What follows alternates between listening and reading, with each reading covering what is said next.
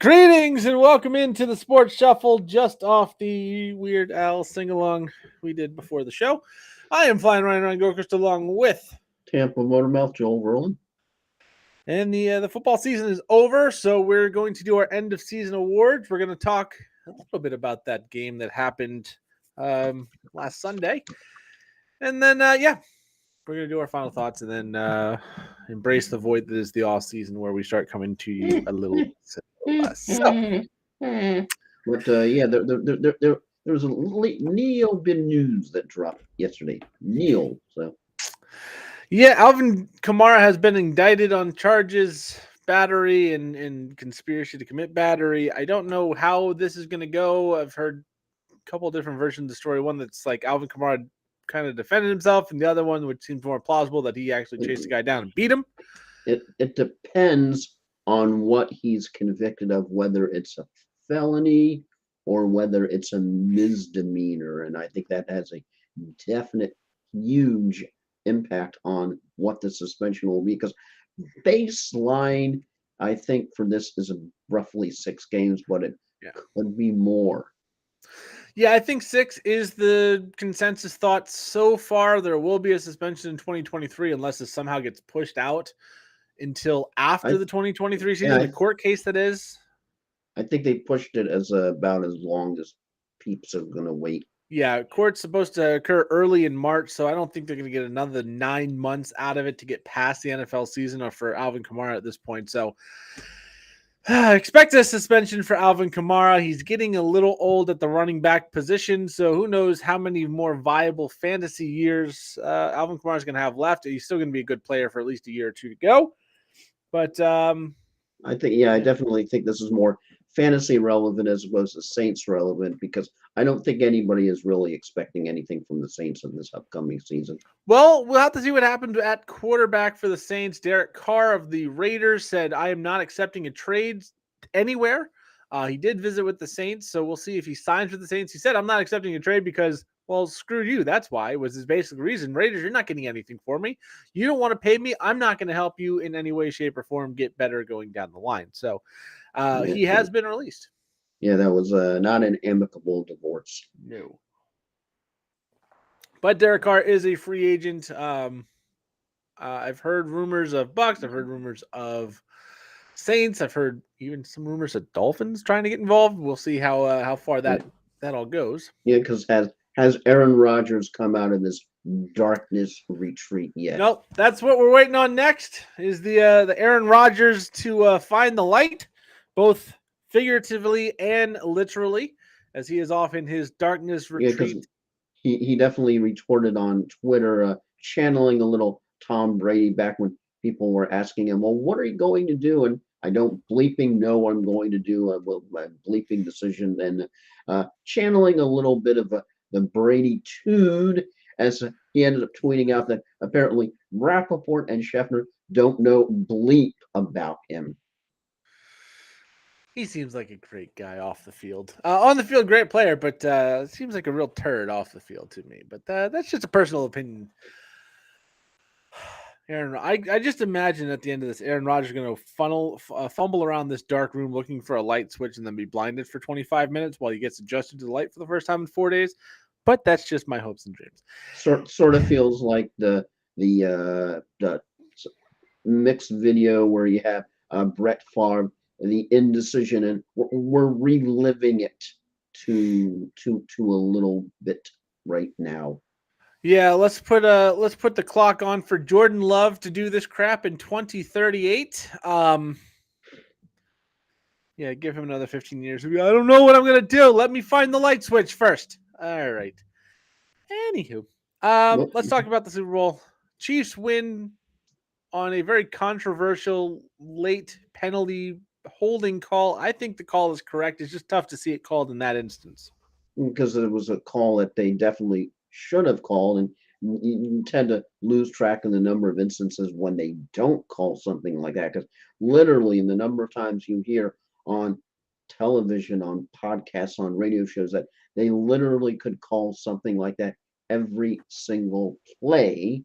So it's just a question of, I know you hear a lot about Chiefs bias and the refs, but hey, it was a good Super Bowl. I've already seen something out there about the fact that the NFL might be looking into the tush play and tweaking that so you can't do that since the Eagles were masters of that this year. But ooh, it was just a rough spot. You had the Bengals player Joseph Osai, of course, who had a bad call that led to the end of the game. Then you had James Bradbury, who had I think he did he did the right thing. He was playing and just got a rough call at that happened, and that of course ended up leading to the Chiefs winning. Both of those calls, by the letter of the law, are the correct call. You don't like to see it in those moments, but Osai definitely hit Pat Mahomes out of bounds. It wasn't a hard hit, but clipped the ankle. Pat Mahomes goes down. Looks worse in real time than it does in replay. It's the right call. He was clearly out of bounds by a couple steps. And then Bradbury even admitted after the game it was a hold. Sets up the game-winning field goal by Harrison Butker, and a last-second attempt by the Eagles gets nowhere close. Chiefs win it 38-35. Travis Kelce is absolute monster. Pat Mahomes under 200 yards passing, but the MVP because they had just so many touchdowns in this game. I think he had 3. He really just controlled it. I would say the play of the game, though, is the Jalen Hurts fumble in the second quarter where it was returned for a touchdown. And what caused the fumble? Jalen Hurts just not holding onto the ball is what caused the fumble on that one. Returned for the touchdown. Eagles actually came out after that and played pretty well, but the second half just not good for the Eagles. Well, that's the other thing that I definitely thought swung everything in favor of the Chiefs. Kadarius's Tony's return that just gave them such good field position. It's like, okay, you're just gifting a score at that point. Yeah, down 6 early in the fourth quarter. Kadarius Toney returns a punt 60-plus yards to the 5. The Chiefs would score a couple of plays later to take their first lead of the game at that time in a lead they would not fully relinquish. They did get tied up at one point, but the Chiefs without Tyreek Hill look like a more complete offense from top to bottom. You could say that maybe the skill is not as high without Tyreek Hill because Tyreek Hill is one of the best players in football, but Travis Kelce and this collection of wide receivers was good enough to beat the Philadelphia Eagles in their vaunted defense. The Eagles have lost both of their coordinators, offensive and defensive coordinators, going to be head coaches respectively for the Cardinals and the Colts. Steichen and Gannon, respectively. Steichen to the Colts, Gannon to the Cardinals. Which team will have a better year next year? I'm not sure if that would be either one. It's got to be the Colts. And both of these teams were my Super Bowl pick, by the way. Yeah, that was bad. I won the pick 'em, but I was that bad on that pick. Yes, I have to give you your official congratulations on the air. So all right, I am officially 1-2 in picks. That was a very close one because it was really a tale of two halves where you just had the Eagles absolutely doing their Hulk Hogan running wild in the first half, but then all of a sudden the momentum just changed and it was pretty much okay. They're new. I'm good. Yeah, I know about that. I know about that. But the second half was just pretty much all Chiefs. It was like Eagles first half, Chiefs ruled the second half after the somewhat lackluster halftime show that I did not catch. Yeah, I started choking because I started thinking about that halftime show and how the Eagles clearly watched it and it lulled them to sleep. And the Chiefs were busy focusing on the football game because they came out guns blazing. For my money and my interest, that was the worst Super Bowl halftime show since they've had musical acts perform. I know they used to have like magicians and Disney characters and dumb crap like that in like the 80s and 90s and before. I saw somebody with a post said, does anybody know what Up With People are doing? Yeah. Now Rihanna being pregnant that came out after explains why there was not a whole lot of adventurous dancing and stuff like that, which personally wouldn't have done anything for me. I didn't think she performed well. I thought the music was kind of mumbly for half of it. I have a suggestion for the next Super Bowl halftime show. Are you ready for this one? Are you ready? As they are attempting to bring back the franchise, can you imagine Barney for the halftime show? I mean, it's not going to be any worse. She was in all red. Barney would be a giant purple dinosaur. I mean, I would like to see him do something kind of odd, or get a musician that's good, because they've had a little bit of a string of not getting some magicians that are or, musicians that are good. So yeah, I'm sure there's at least a band or two out there that would be just fine going out there and performing for the halftime show. Because it was good that the game was the best feature in the Super Bowl because the halftime show was uninspired. The commercials just seemed to be flat. Yeah, commercials were. I mean, they were better than some years, but nothing really memorable coming out of that. It took me a little while to realize what I thought of the halftime show with all the people in the white, because I wanted to say it reminded me of Squid Game, but they were all in pink. They looked like Oompa Loompas. And Rihanna looked like Violet, but she turned into a strawberry instead of a blueberry. Anywho, I did hear. And I'm thinking about the original Willy Wonka, not the reimagined Willy Wonka. Yeah, I mean the platform's 80 feet in the air with no tether. That was pretty impressive because you could fall off and die, and I mean, I guess that's pretty risky. Got to be a little bit scary. Yeah, not my cup of tea necessarily, but hey, to each their own. But yeah, unfortunately, the halftime was a far cry worse than the rest of the game. And unfortunately, because a lot of the fan base is upset, unless you were rooting for the Chiefs, that penalty got called. Again, I think it was the correct call. It's just tough to see it in that situation determine the game, because the Chiefs can run the clock down to next to nothing, kick the game-winning field goal. The Eagles get one passing attempt to go 75 yards. It's not going to go well. You got to love it. What was it? Andy Reid afterwards say, I'm going to go get a cheeseburger and then a salad to make my chubbiness feel better. Yeah. He's a normal dude. He really is. And he drew so many mustaches on players' faces on the way home because that's what you do after the Super Bowl. If you haven't seen the State Farm commercial, shame on you. It's one of the better ones. Do you think that everybody was really overreacting when people were calling out Terry Bradshaw for saying, Andy Reid, why don't you waddle over here? Terry Bradshaw's a disaster of a person, I think, at this point. But yeah, I mean, he's in the right mindset. He just won the Super Bowl. Come on, waddle over here. He's going to take it in good spirits. But it's kind of a dick move. Just to be frank about it, it's not the nicest thing to say. But Andy Reid's second Super Bowl, immediately said, I am not retiring. I'm coming back. I want more. Pat Mahomes, second Super Bowl MVP of this game. He is not far off the pace Brady was on for Super Bowl wins. May I make a motion to please, on social media and everywhere else, can we please stop with the Mahomes and Brady comparisons this early? Please just stop. Yeah. For what it's worth, Mahomes is ahead in a lot of aspects, not necessarily Super Bowl wins, but I think it's a good comparison. I would like it to not be rammed down my throat all the time.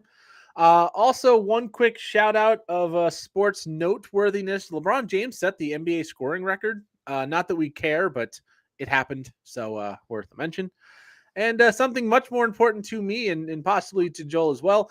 Patrick Marleau, Mr. Shark, getting his jersey retired at the end of the month. Granted, I'm being a Lightning fan, but yeah, that's more important than LeBron. I would say that Tiger actually having a good day on the green is more important than LeBron. Did you hear about Tiger and his little handoff? Mm-mm. All right, we're gonna go. This could have been my final thought, but I have something else I'm going to talk about. Sports Shuffle Audible. Yes, I have disc golf stuff to talk about in my final thought, so I'm going to talk about this now. Tiger Woods. Disc golf or DAT golf? Disc golf. We're talking about DAT golf now. Tiger Woods is in some hot water after handing an opponent, after outdriving him on a hole, handing his opponent a tampon, and the two had a good laugh about it. But it's people going, "It's sexist. It's emasculating." Yes, it was emasculating. Yes, it was sexist. Yes. It's two friends screwing with each other at the same time. The fact that the national camera crew caught it and now sent it out and everybody's outraged, let it go. The two involved got a good chuckle out of it. They're not making light of anything. Just enjoy the crap talking between two friends and two rivals on the course. But yes, Tiger Woods handing a tampon to a competitor was on the news when I was reading today. So yeah, and the disc golf stuff, I have actual props today, so we're gonna go through those here in a little bit. Anyways, let's do awards. Joel's got 14. I've got 14. Why you have that many? I I may don't have know. added a couple of a little bit more after that. So Okay, well, I have 14. Joel has more, so I'll let Joel do his first one. okay, you want to just alternate back and forth? Yeah, we'll alternate back and forth. Give a little bit of a description. Some of them are going to be straightforward. Some of them you're probably going to have to explain out a Hmm. little bit. At least some of mine are. So, I'll Joel. s- I'll start off with your fish, the Mike McDaniel's Turnaround Award for Tua's career. As you just look at 2020 with the number of touchdowns, 11, then 2021, 16, and 2022, of course, 20. Just That's missing a absolutely lot of time. absolutely night and day between Brian Flores and Mike McDaniels. Brian Flores, of course, had the adversarial relationship with Tua, did not seem to get along with him much at all. Mike McDaniels came in totally, completely different performance, totally different approach. So, first award, turnaround award for Tua's career. Definitely have to hand it to head coach Mike McDaniel. My first award also goes to a Dolphin. I'm talking about a fantasy situation. I'm calling it the Beast Mode Award. It's somebody you may have had some doubts going into the season, but if you took the chance on them at the slight discount, you were handsomely rewarded. And we're talking about Tyreek Hill. There was a lot of talk about, oh, Tyreek's going to fall off without Mahomes. He's not going to be good. Had Mm. over 1,700 yards. He was just fine and a down touchdown season. So Tyreek Hill, Beast Mode Award, because if you took a shot on him, you were handsomely rewarded this year. My next award definitely is for a specific instance, which happened in, of course, week 2. It would be the Can You Feel the Love Tonight? For, of course, Marshawn Lattimore and Mike Evans. Get into the little bit of a kerfuffle we tend to remember. Yes, the best friends ever getting after it again. All right, They're the next one. they're the best friends ever. Yep. Next, this is an oldie but a goodie, and it's the Dead to Me Award. This is someone who has just burned me in fantasy. When they play against me, they destroy me. When they're on my team, they also destroy me. And that is none other than free agent quarterback Lamar Jackson of the Baltimore Ravens. Ooh. Every time I play against him, he seems to go for 40 plus points, but every time he's in my lineup, he just breaks my soul. I'm not drafting him. I almost went with his counterpart in Mark Andrews for this one, but Andrews was actually pretty good this year until some injuries took hold of that team, including himself. So Lamar Jackson, he fell off well before he was hurt. So the Dead to Me Award, not going to draft him again, is Lamar Jackson. My next award definitely kind of goes a little bit out of football's week 3 and 4. We were definitely reminded about the power of Mother Nature as, yeah, just sort of the award to with Ian to never take for granted your family and friends. As NFL took a little bit of a backseat for about maybe week and a half. I mean, it did, but not as much as it probably should have for me. All right, next up, going back to the fantasy game, best bargain of the year. Joel, I'm wondering if you have a candidate for this one, or if you have something coming up, because there was a lot of good ones, and I think the counter to this would be Geno Smith, but mine was Tyler Lockett, someone you drafted probably 9th, 10th late round or later, turned into a solid wide receiver too, someone you can get on the super cheap. Tyler Lockett just gets the job done, had a 6-game touchdown streak late in the season, was just a very solid, steadying force on your team, and you got him for next to nothing. Now, my awards are definitely not what you would call generic. They're probably all of them are out of the box. I've got some more coming that are a little more um, different. So, anyways, Joel. My next award is the You Are Never Going to Be Elite Again award goes to Carson Wentz. Yeah, I think he's about done. Washington may be releasing him Mm. at the end of this one. All right, the next one is the Premature Draftulation Award.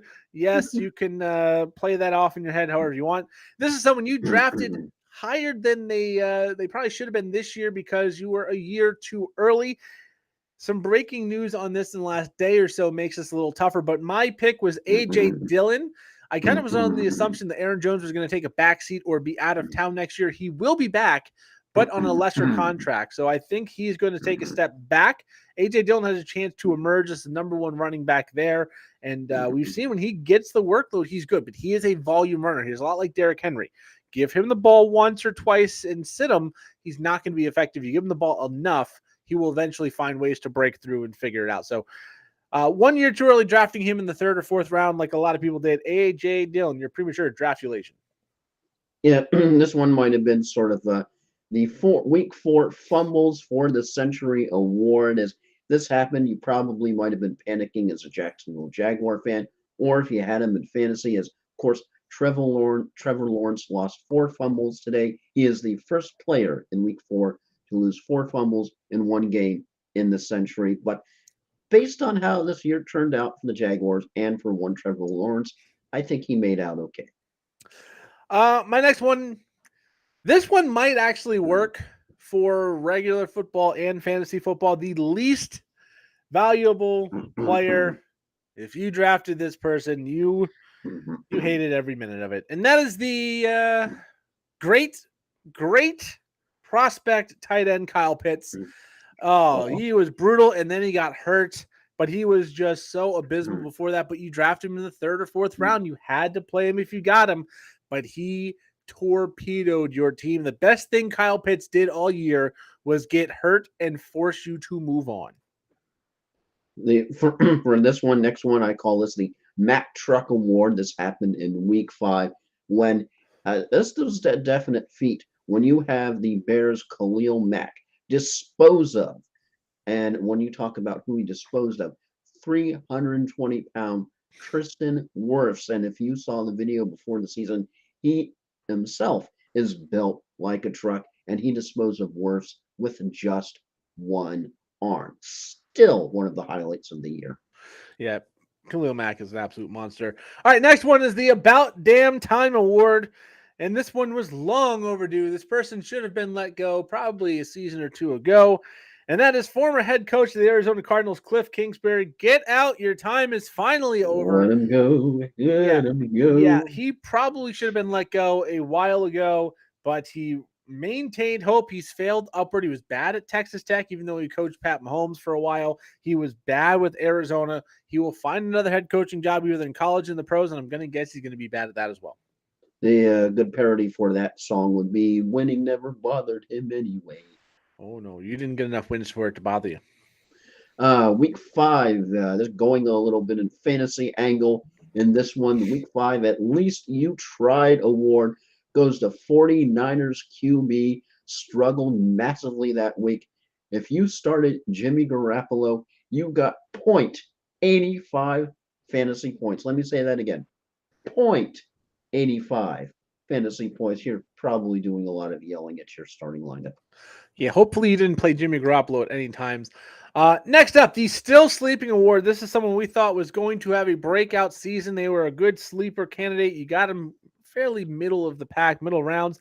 And that is Chase Edmonds. Remember when we thought, oh, Chase Edmonds going to this running system under Mike McDaniel is going to be great? Ended up being traded and irrelevant for 2 teams this year. Chase Edmonds still sleeping. Shout out to Melvin Gordon, though, who he replaced in Denver, who is now a Super Bowl champion. Who would have thunk it? My next one goes to the Hackett Should Have Been Fired Then Award, week 4 after losing to the 0-3 Raiders.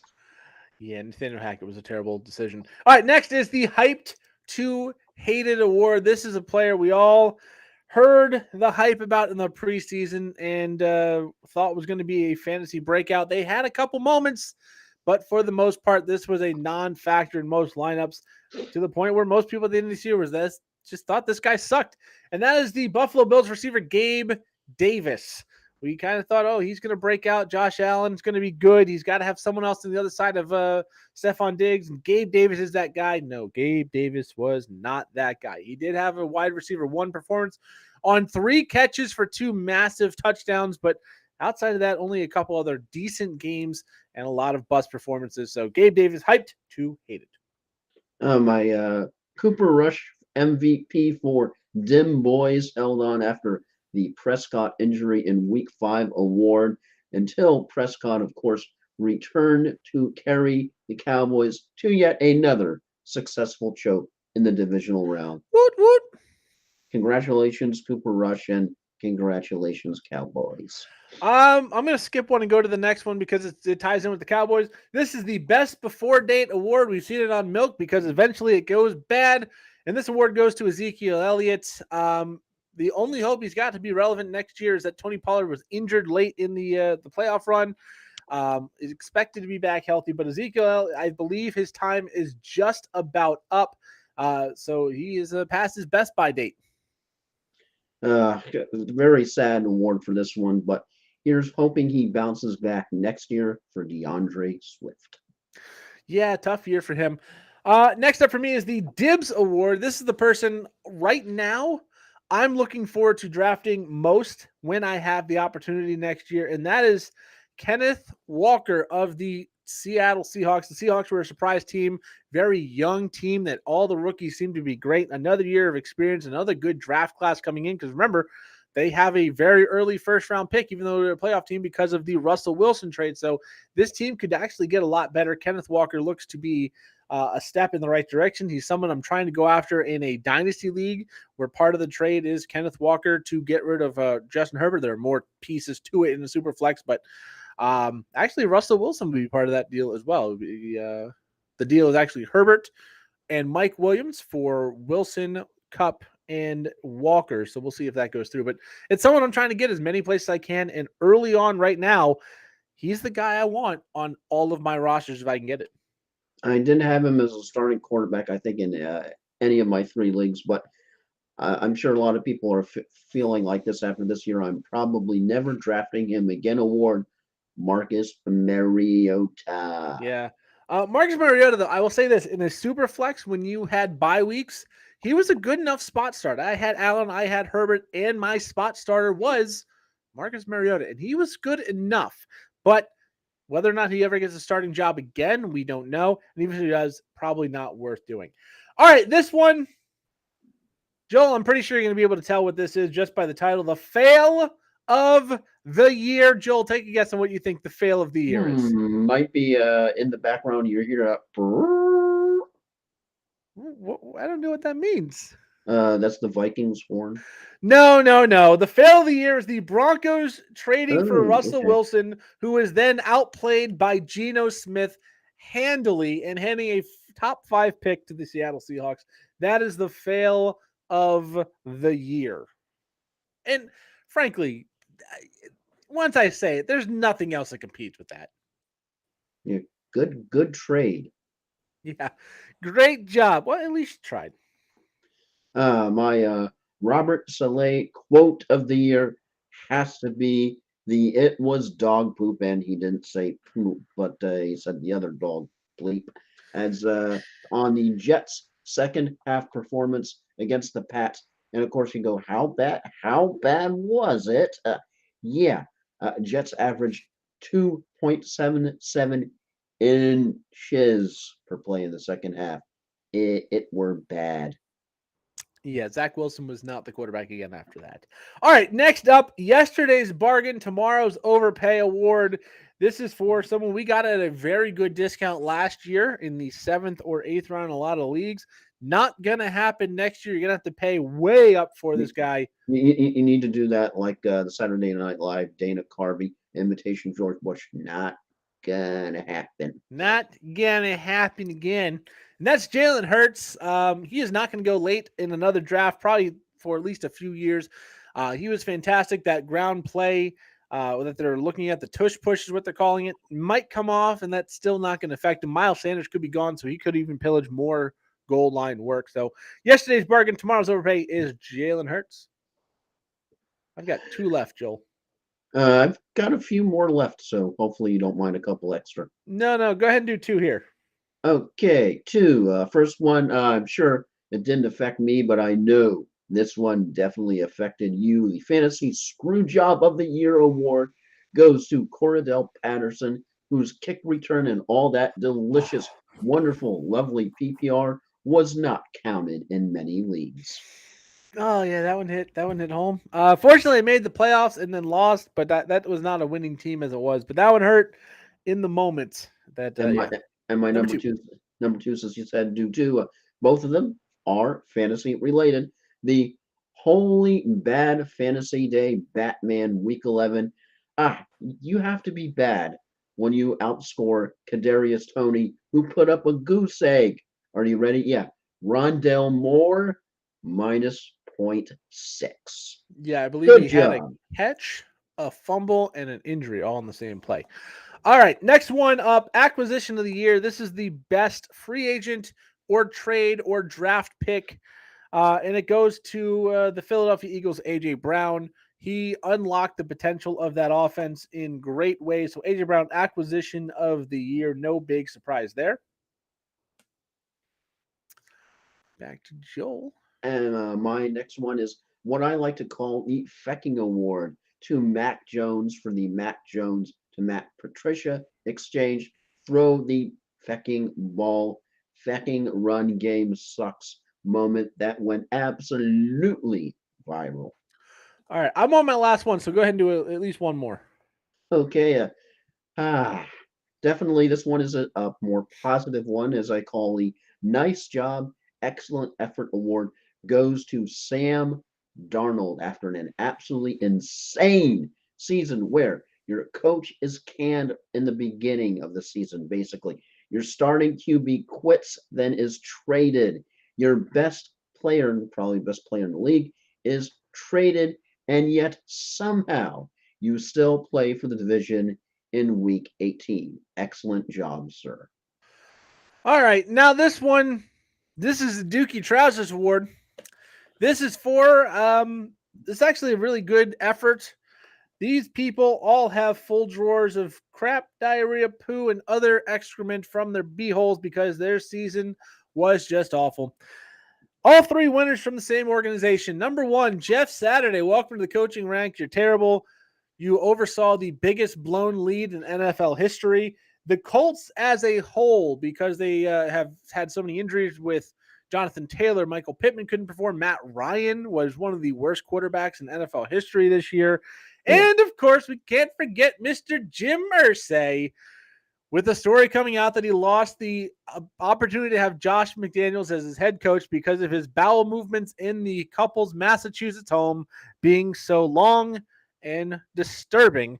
Jim Irsay, Jeff Saturday, Matt Ryan, and the Colts franchise, you have the Diarrhea Award for Loaded Undies. My next one is worst renaming of the year. I wonder where Enough this is said. going. Burrowhead. Oh, I thought you were going to go with the Commanders. Burrowhead's probably better, but I thought you were going to say worst renaming of the year. I'm like, well, there's only one. It's got to be the Washington Commanders. They used to be the Turds. I'll save my best diss of the I'm year. out. I'm out. I'll save that for my final thought. Scariest moment of the year, we definitely have to Yeah. realize, of course, Damar Hamlin, cardiac arrest in the middle of the Bills Bengals game, and second place tie, definitely Tua. Yeah. I Both also in have Cincinnati, oddly enough. and then I'm saving my best diss of the year award for my final thought, and then my last award has the Clown Nose Award handed to Commissioner Roger Goodell for coming out publicly saying that basically nothing is wrong with the officiating. Everything is all right. Well, let's roll into that final thought, Joel. So, your Diss of the Year award? This yes, definitely for AJ Brown because of course one remembers all of Juju Smith-Schuster's uh, social video media antics when he was a Pittsburgh Steeler player that led to Coach Tomlin basically told him to knock it off. So you're figuring, okay, maybe Schuster has matured. Maybe he's become a little bit more refined now that he is a Super Bowl champion. And Nope. what? Not at all. I mean, not to the level I think of AB. Only AB can be in his own tier, but yes, this happened this week as Juju Smith Schuster ended up tweeting out a Valentine of James Bradbury. It was one of those meme Valentines that you see all over social media just I'll hold endlessly. you at the worst possible Yeah, time. it had that caption and it had a photo of James Bradbury on the picture, and he tossed it out. Now, AJ Brown gets the best diss of the year because he ended up replying to Juju's quote unquote Valentine, congratulating him on the Super Bowl, and then promptly called Juju TikTok boy. And AJ Brown won the exchange because the reply went more viral than Juju's initial tweet. So, congratulations, AJ Brown. That day, sir, you won the internet. Doesn't get you a ring, but it makes you feel a little bit better. All right, my last one is going to be disc golf related. I do have some discs I wanted to show off because I did have some artwork done. The first one is not artwork; it's just a really cool stamp that just came in today. Shark eating a giant ship, so that one's really cool. That one I haven't thrown yet. Probably not going to be in my bag. I'll talk about my tournament here after this. Next one up. This is Iron Man's gauntlet post snap where he brings everybody back. It's charred, it's burned, it saved the universe, and it's going to save my butt more than once. Number 3, I don't think I have to explain this one. That's just awesome. So I'm gonna, get to throw a nice Dolphins logo out there. And number 4, If it were a technologically enhanced disc, it should, as you throw it, sing the Miami Dolphins fight song. yes. The last one, I'm gonna show you the back first, and I'm gonna cover up my number because this is the original color of the disc, and I want that to be out there. Now, I have to explain this one a little bit because if you don't know the reference, it's going to look weird. If you've watched the show Letterkenny in season number 1, there is a running gag about an ostrich where two of the background characters allegedly, to clean it up, fornicated with an ostrich. Allegedly. So, now that is immortalized on the disc, every time I throw this, I'm just going to think, allegedly. Do you think it takes 2 to 3 guys to do an ostrich? And yeah, if you haven't seen it, find it on YouTube. Plenty of opportunities to find out what this one's about. This one actually came out spectacularly. It's probably the favorite one I've done. I mean, both of these just came out so nicely. I don't know which one I like better. I think this one because it's funny and I like humor more. I'm partially showing these off because they're really cool artwork. Compliments to Jay Velez, who does JV spin dies. I actually have a sticker on my computer there. But I'm going to be part of a tournament the next couple of days, a 3-round A-tier tournament in the Tampa Bay area. This is probably the biggest tournament I will get into anytime soon. A-tiers, it's kind of like the local major for the local little group tour thing that they do. It's just Tampa Bay area over a few courses. So doing that over the weekend. Don't know if I'm going to do anything on here around this event. I may do like a little blog thing before and after each round. Nothing during, but yeah, that's my weekend plans, and we're gonna win allegedly. That's the goal. So yes, disc golf. Try it, and they're fun. They're plastic, and you throw them, and I mean, come on, how cool is this? That's just something that came in the mail today. Allegedly. All right. Joel's sitting there like, I don't want to see your plastic circles, man. It's all good. It's all good. But I'm being unusually quiet. yeah, it's all good. So yeah, I am flying Ryan around Gilchrist along with, as always, Tampa Motormouth Joel Verl. and I don't know if we have a plan for when we'll be back at this point. Yeah, because it's sort of the long dark abyss of off season. Yeah, we're not even into baseball season. We don't really follow basketball at all. We don't do endless mock drafts, which people are already doing. Yeah. Mock drafts for the NFL draft and mock drafts for fantasy draft. There are people already drafting best ball for 2023. I'm working on migrating our 16-team league over to Sleeper from Yahoo. I'm to the point where everybody I have direct contact with has moved over. I still have those 5 spots that if we get them back, we'll get them back. If not, we'll get 5 new people and be even stronger than we ever were before. Fantasy football is a lot easier to fill up than any of the other sports. Yeah, and on Sleeper, I know between my dynasty leagues alone, I can probably get 5 people without too much of an issue. So hopefully everybody comes over from the Yahoo League. If you're or part of that league, seeing that and going, what's going on? Check your messages. They have been sent to you please check those. But yeah, that is our time. Yeah, we might sort of do some recharging. Yeah, this weekend I'm going to do a lot of disc golf. Next week is going to be kind of a disconnection point between sports and disc golf and just getting away from everything, kind of relaxing, getting some sleep, getting some rest. Already got, after this weekend, it'll be 24 rounds of disc golf already this year, and we're not even to the end of the month yet, or February. I So actually found a site that does XFL fantasy football. I'm going. XFL, USFL, they're all coming back soon. So recharge those batteries.